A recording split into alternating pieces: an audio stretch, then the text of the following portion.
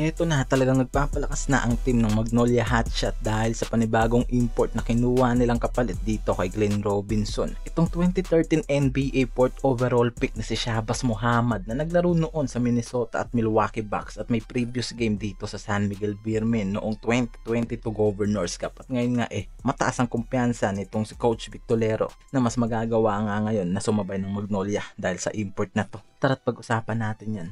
Sobrang solid nga ngayon talaga ng mga replacement import ngayong Governors Cup. Itong Blackwater nga lang na nakakuha ng isang George King na very impressive ngayon ng performance at talaga nga ngayon na di pinagsisisihan ng Blackwater ang pag-replace sa import na yan. At merong third winning streak na hawak ngayon ng Blackwater dahil sa import na to. Kaya nga ngayon ang mahihinang team talagang kailangan kumuha ng solidong import para makasabay ngayong season. Na ginawa nga ngayon ng Magnolia Hotshot after na magkaroon ng injury ang import nilang si Glenn Robinson. At di nga raw nito naabot ang quality na hinahanap ng Magnolia at hindi naging sapat ang performance nito para sa team na to. Pero maganda rin naman ang binigay na performance nito sa 5 game na ginawa niya. Nag-average lang naman ito ng 25 points, 11 rebound, 4 steals at 3 assists and 2 blocks na talagang very impressive ang laro nito na ginagawa sa Magnolia. Hindi lang sure kung makakabalik pa nga raw ang import na to this season. At ito nga si Shabazz Muhammad ang naging replacement ngayon dito ng Magnolia at talagang mas lalo nga raw na lumaki ang kumpiyansa ng team na to na sumabay at maging dominanteng team sa group. And take note na nasa top 3 spot sila ngayon at may standing na 3-2 win-loss and very consistent lang ng nilalaro ngayon at di malabong tumaas pa nga raw ang average ng team na to dahil sa import na yan. At bigyan ko kayo ng kaunting information about dito sa import na si Shabazz Muhammad. Isang 14 overall pick noon sa NBA at naglaro ng 5 season sa Minnesota at Milwaukee Bucks at isang 31-year-old aggressive power forward nga raw ang nilalaro nito at may overall career average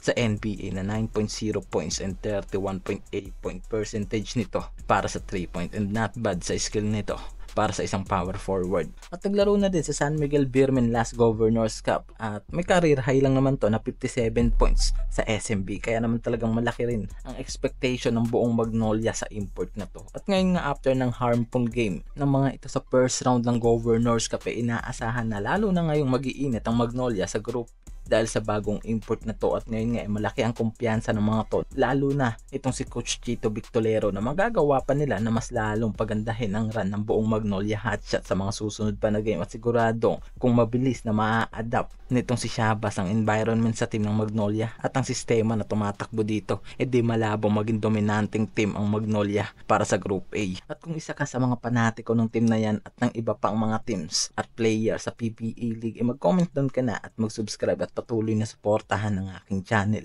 Maraming salamat sa panonood.